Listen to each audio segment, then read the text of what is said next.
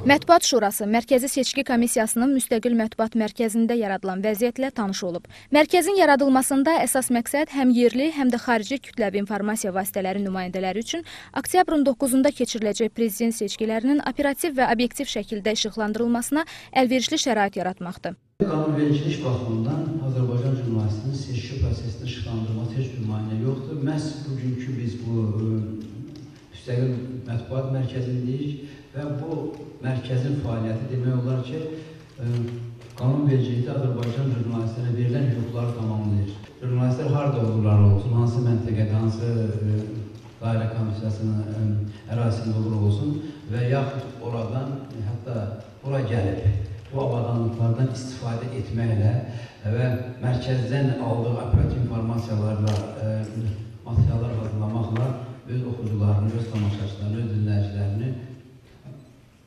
operativ olaraq məlumatlandıra biləcəklər. Qeyd edək ki, seçki prosesinin işıqlandırılması üçün indiyə kimi 50-dən çox xarici kütləvi informasiya vasitələri nümayəndəsi akkreditə ilə bağlı Mərkəzi Seçki Komissiyasına müraciət edib. Yeri gəlmişkən, ölkə üzrə 5492 seçki məntəqəsindən 319-u 5 gün müddətində müvəqqəti fəaliyyət göstərəcək. Həmin məntəqələrdən 38-i xaricdə yaşayan azərbaycanlıların səs verməsi üçün nəzərdə tutulub.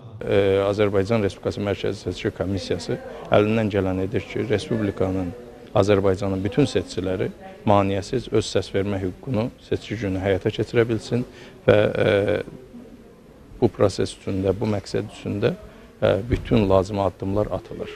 Seçki günü zəvvarların səs verməsi üçün Mərkəzi Seçki Komissiyası və Xarici İşlər Nazirliyi birgə müəyyən tədbirlər görür.